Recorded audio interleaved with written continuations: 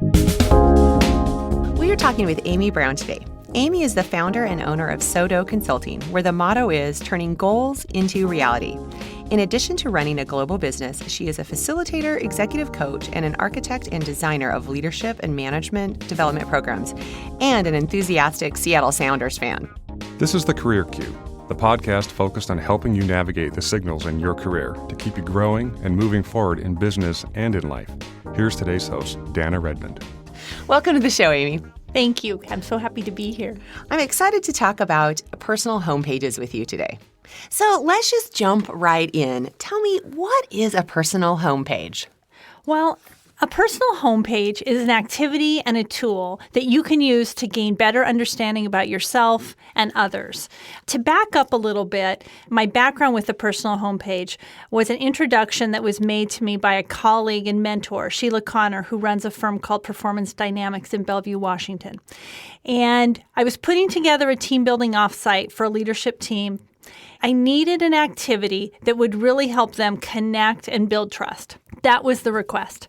So I reached out to Sheila and asked her what tool worked the best. And she said, this personal homepage activity is magical and transformational. And I thought, well, magical and transformational. I need to have me some of that magical and transformational. Yes, yeah. But the beauty of the activity and the tool is how simple it is. So let me start with what the personal homepage structure is, and then talk about how we can use it, how it makes sense, what you might gain from it, both Perfect. Personally and professionally. Perfect. So the personal homepage it's a simple document. And if you can picture this, you have a Word document, and up in the upper left-hand corner, it has a place to draw a self-portrait, a small corner where you can draw any kind of self-portrait that you like. It has your name. It asks for your childhood nickname.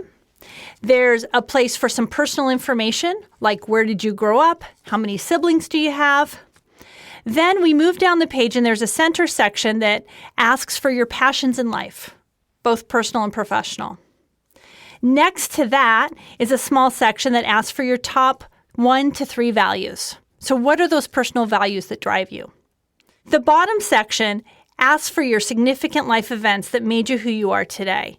And what the beauty of that section is, it allows you to reflect on those pivotal moments in your life that had a major impact on how you thought about your life moving forward, about lessons learned, and it's a great reflection tool. Then there's also optional sections that you can add if this is something you're working on in a team environment, where what skills you're great at, what skills you want to develop, what help you need from others. So the context in which you're using has this optional section that is kind of a plug and play. What the personal homepage allows you to do, and why I think it's so powerful, is it allows you to tell your own story. You know, as humans, we're meaning-making machines. So all day long, we make meaning of what we see, what we observe. And the personal homepage allows you to reflect and tell your own story. And in that story, what I find in using this tool, and in particular using this tool when I work with teams, is it opens up windows of perceptions that you have of each other. And when I learn more about the fact, Dana, that you're a mother, that you love the Sounders, that you may have had some significant life experiences, maybe an early loss in your life that you've overcome. Maybe you have survived cancer. You know, some of those really major things that now suddenly you're a person I can connect with on a different level. And what that does in a relationship is really builds trust. And through that disclosure, it creates connection. So the real exciting part of this personal homepage is that you can use it just as a reflection tool for yourself to deepen your own self-understanding, help you use sections of this to develop North Stars for future plans. And in a team environment, that's where I think the magic really comes alive in terms of creating that connection with other people and being able to see them in a new way, in a new light with these new connection opportunities. That's so interesting, Amy. You know, what I hear you saying, you know, especially in some of those sections of significant life events, is that to put personal events in there. So, I mean, I would think if I was going to use it for a work environment, I would initially think like, oh, let me think about the careers I had and the career changes I had. But what you've said is, put those personal experiences in there because that does help connect you to other people and to hear that from other people. Yeah, absolutely. And when we use this in teams, it is completely voluntary. Each of us can choose to share whatever we'd like to. Mm-hmm. In this opportunity to tell your own story, some individuals may choose to focus more largely on professional events. In my experience, though, I find that virtually 100% of people will go deep. They'll share events that allow other people to really get to understand what has shaped their perspective and their filters. Just to share one example, I was working with a client recently, and it was a new team that had come together. They had a bumpy start in terms of forming as a team. Mm-hmm. And so from this trust-building perspective, the leader asked if I could bring in something that really would help them better connect. So we utilized this personal homepage activity. And what we learned in this room, we had about 12 people. We had cancer survivors, as I mentioned as an earlier mm-hmm. example. We had a woman who had helped raise her siblings because her mother became drug addicted. We had a gentleman who was going through a painful divorce. And early in my career, if you told me I would be sitting around facilitating conversations, where people are sharing such personal things, I would have been deeply uncomfortable. Yeah, I would have thought, well, that doesn't have a place in the workplace. Right. We're here to do a job. We're here to, make our goals. Mm-hmm. But we do bring our whole selves to work. And without better understanding each other, we are limiting ourselves for the tools we can to really create greatness. Right. I mean, that's so interesting to think about by not fully understanding somebody's, full history or not understanding more about them or maybe not sharing about you. You are limiting maybe the relationship you can build with that person, which then really does have impact on your business results you can achieve together. Absolutely. And to bring it to maybe a personal example that you and the listeners can relate to is how many times do you go to a grocery store and the clerk says, "How are you today?" And you say, "Fine." right. And inside, maybe you're having a day you're not fine. Right. But it's not socially acceptable, or you might perceive it's not socially acceptable to lay out what's really going on, to this stranger. Right. And so it's some of those beliefs that we have about what's okay to share and what's not okay to share. And this came to life for me personally way back in 1994. I really had my aha moment around this. And I was 28. Here I am disclosing. Slightly uncomfortable disclosing my age. But I was 28. I'd been married for 2 years. And that month, my husband was paralyzed from the neck down in a mountain bike accident. And I went to the drugstore. I had managed to get sick with strep throat while this was going on. He's in intensive care. We really had no idea how this was going to turn out. It was a very, very scary time. Went to Bartell's to pick up the prescription, and the clerk said, "How are you today?" And I said, "Fine." And then I burst into tears. And in that moment, I had we really do try to put on a face. And sometimes that's the right thing to do. But when we're in a situation where we want to become invested and interested in others, mm-hmm.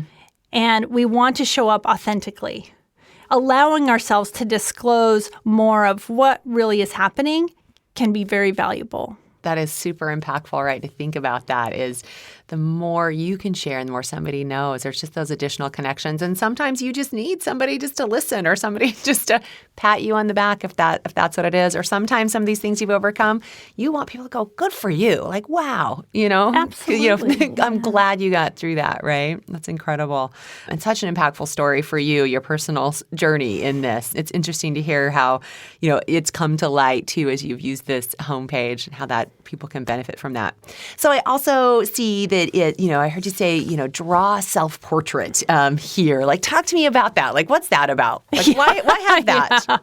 Yeah. Well, and I'll be honest, the first time that this was presented to me, I I stepped back on that myself. I'm like, that seems a little frivolous. Why are we drawing self-portraits? But it was, as I learned, if you're able to tap into the creative side, and really use both your right and your left brains, it can unlock your ability to solve problems and it can expand your thinking. Mm-hmm.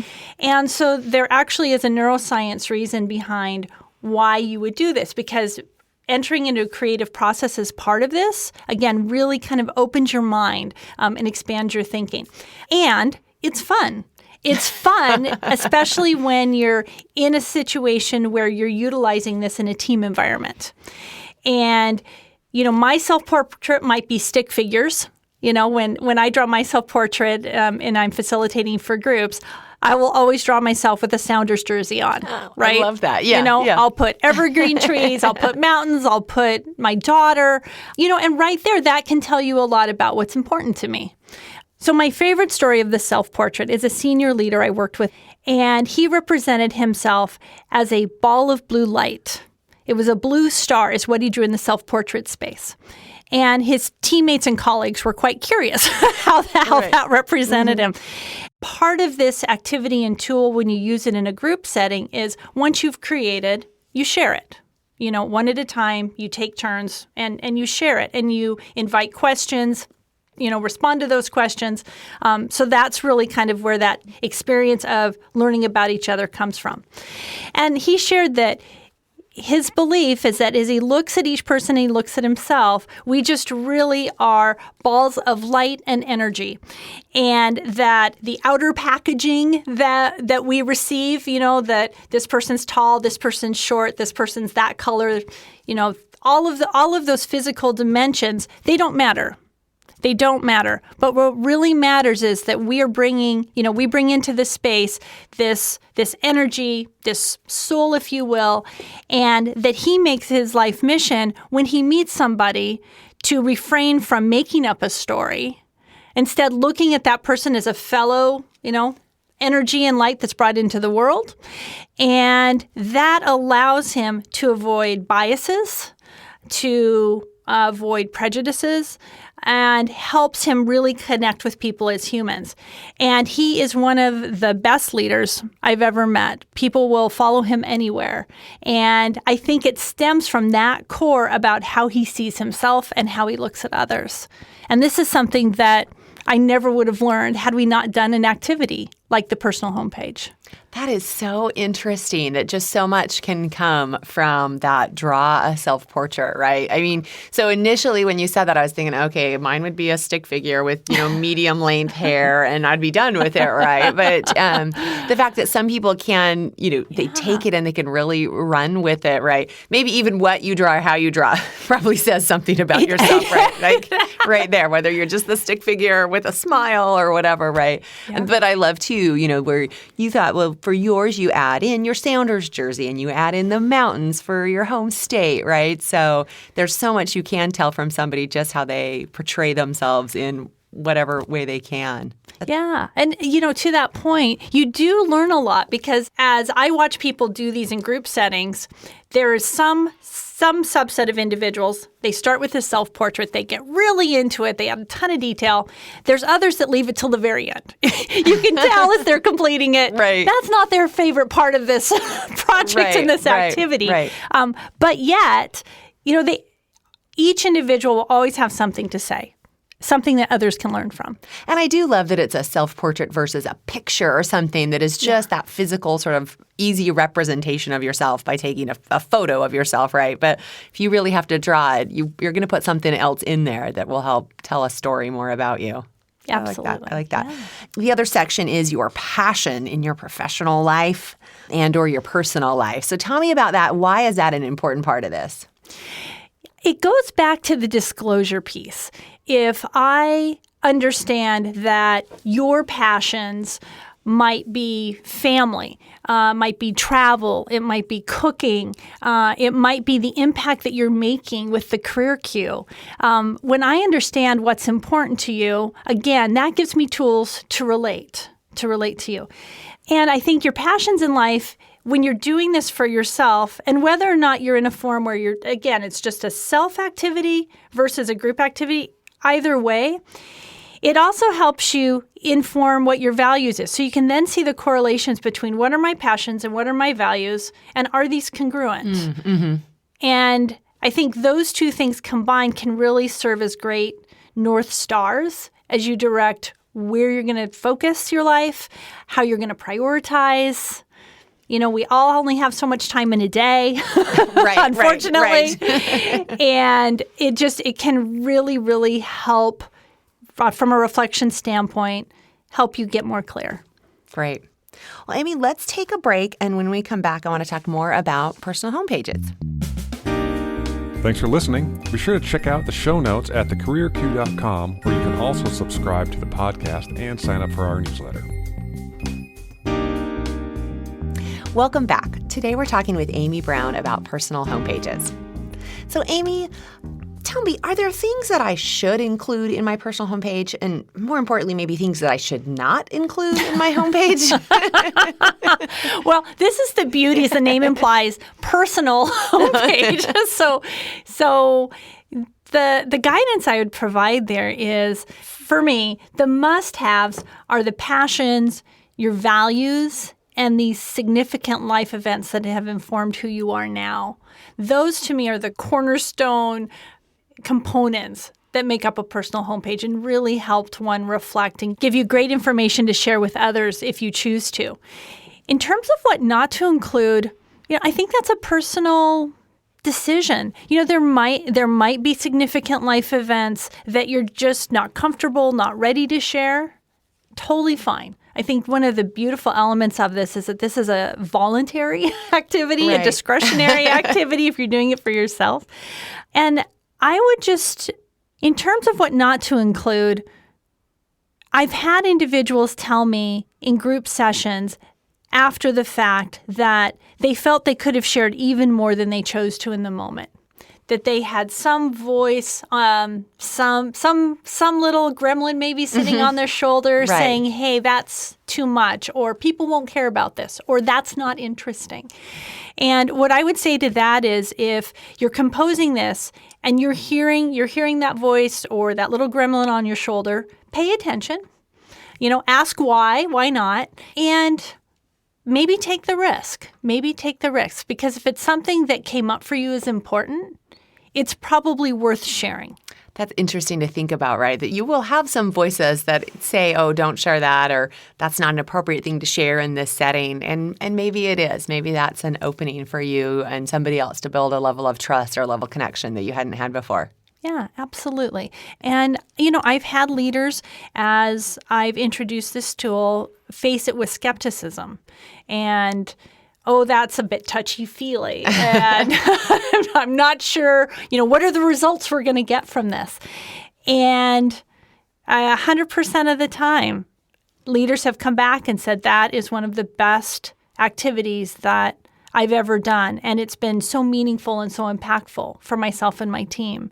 And I have yet to run across somebody who's like, wow, that wasn't a good use of time, or I didn't learn anything.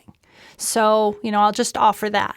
When I think about that, like how do you recommend somebody goes about using this? Does it need to be a facilitated session, or can somebody go in and say, hey, team, I want to do this? Or is there value in doing it just on your own and maybe not sharing it with others? How do you recommend the personal homepage sort of comes to life? I would say that, here we are. It's the beginning of 2017. We're reflecting on where we've been, where do we want to go.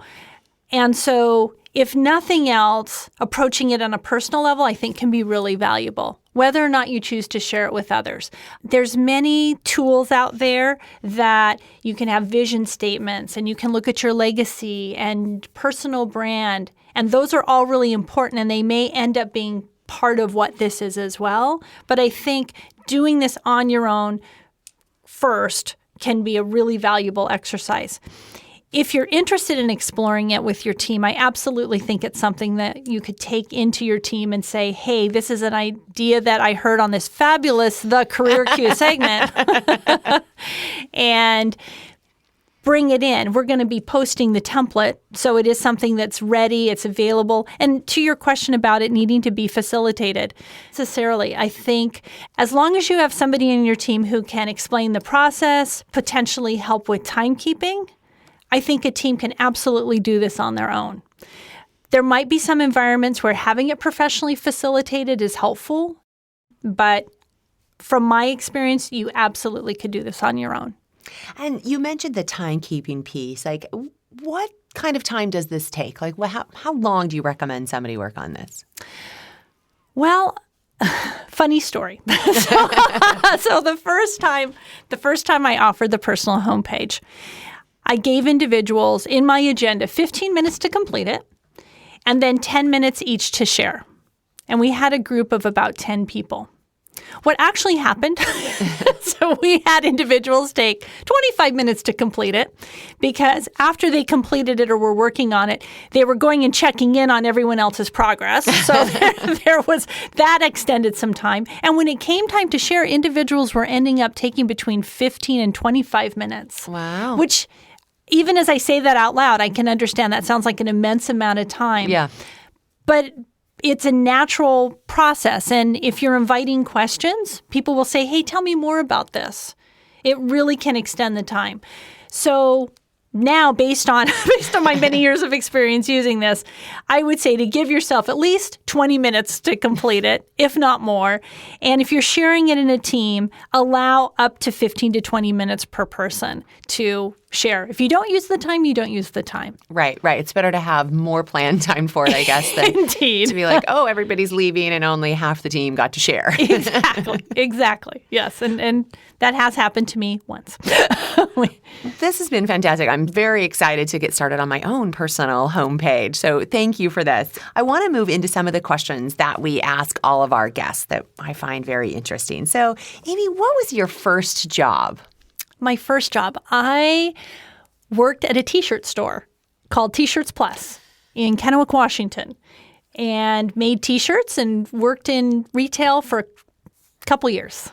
So is there anything that you think you learned there that you still use in your day-to-day? Oh, absolutely. Like 3 things come to mind with that. Firstly, the value of a good network. My father helped me get the job. He was a college professor, and one of his students was the manager of the store. And so I'm really still to this day not quite sure if having me as an employee was completely voluntary on her part. But nonetheless, I appreciate the opportunity. But in all seriousness, I think the value of a good network and having people who can help connect you, that's something that in my consulting practice today is a huge component, is where can we connect people? How can I, just as you and I connected to have this interview with the Career Q, foster these long-term relationships. There's so much value in that. The second is, how do you create a wonderful customer experience? And I remember being 15 and a half years old when I started at the T-shirt store. And it was back in the days where kids would go to school dances and they would get matching T-shirts. Now, do you remember this? Maybe. Well, where I was from, that was the big thing. You would go to a Tolo dance and you'd wear matching shirts. And we were the only T-shirt shop in town. So we were kind of, the go-to place. And I would get to creatively help people design their matching T-shirts. Oh. And I loved that. And so when people left being satisfied and receiving more than they anticipated around that customer experience, that lit a fire within me as well. And that became something that, again, today I always strive for, is to deliver something beyond what you thought was possible. And I would say the third thing is the manager that I work for was a big believer in breaks. And so she was religious. When you worked a shift, if you worked a 4-hour shift, you had 2 10-minute breaks, and she would make you take them. And I loved that, of course, at the time. I'd go next door and get a pop or whatever. But also, as we move that forward, that importance of, okay, we need to recharge our batteries for a few minutes. We need to stand up. We need to walk around. Mm-hmm. We need to do something that's going to re-energize us. Just that mentality of you need to take breaks something that I still hold with me today. And with the team that I have, I really try to foster that. Right. It's so interesting, right? Your first job as a 15-and-a-half-year-old selling T-shirts, though, has really been impactful for, the rest of your career. Those things you take with you that you're not sure are valuable at the moment can be. Absolutely. And I, until you asked that question, I didn't realize what a connection I had back to that past. Yeah. Which was just, about 10 or 15 years ago. Yeah. Five years ago. Wonderful. Well, Amy, what have you read or listened to lately that you would recommend to others? Well, a couple of my favorites. First is Brené Brown has a wonderful TED Talk called The Power of Vulnerability. It's about expanding perceptions, and I absolutely love it. And I went to listen to it again, and I noticed that it had 27 million views. Wow. 27 million views. Wow. Right? And so apparently many other people besides myself think it's a wonderful, wonderful piece. And something that she says in there really resonated with me. And that is that she says, stories are data with a soul. And when I think about the personal homepage, that's what that is. Mm-hmm. And she summarized it so beautifully. The second that I'd recommend is it's not a TED Talk, it's an RSA Animate called Drive by Daniel Pink. Oh, yes. Yeah, and he talks about what are our motivations in life? How do you solve the problem of motivation? And he did quite a bit of research on this, and it bubbled up that mastery, autonomy, and purpose. That if one can capture those three things, that internal engine we have to be motivated will be fueled. And again, I tie that back to the personal homepage. I tie that back to your purpose is your values and your passion. Your masteries are skills that you're going to be bringing based on past experiences. And autonomy is the freedom and the flexibility to design it for yourself. And I just love that. And it's a 9-minute RSA Animate. Between the two, it's 29 minutes of your life. For some real value. For some real value. Yeah. I love it. I love that.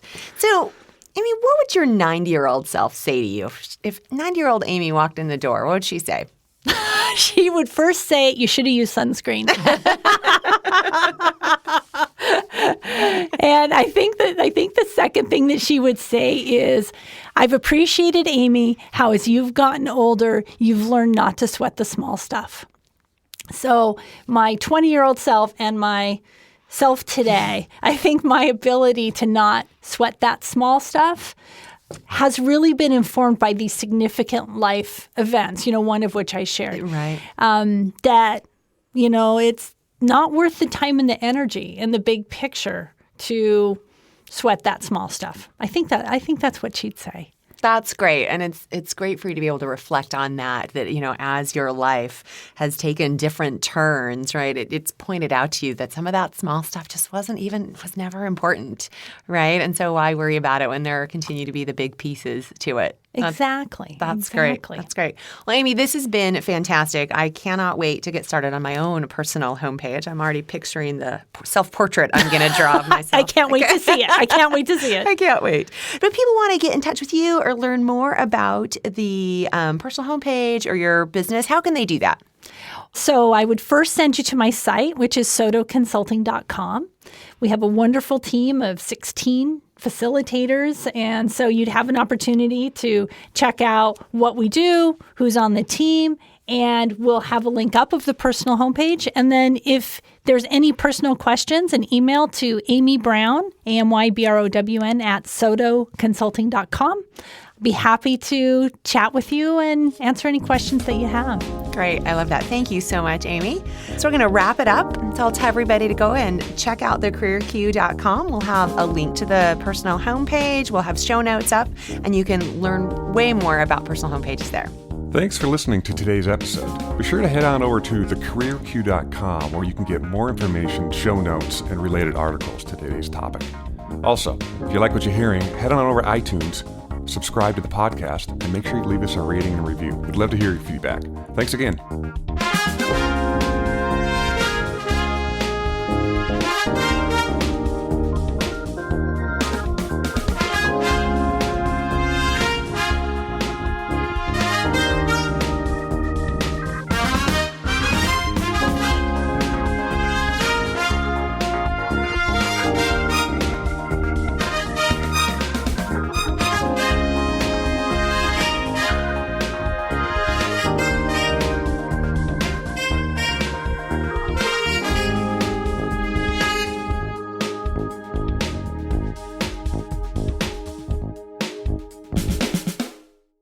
The Career Cue is produced by Lens Group Media and recorded at the Jack Straw Cultural Center in Seattle, Washington, home to the MLS Cup 2016 champions, the Seattle Sounders. No, I wish I had one of those voices, like those great radio voices, Seattle Sounders.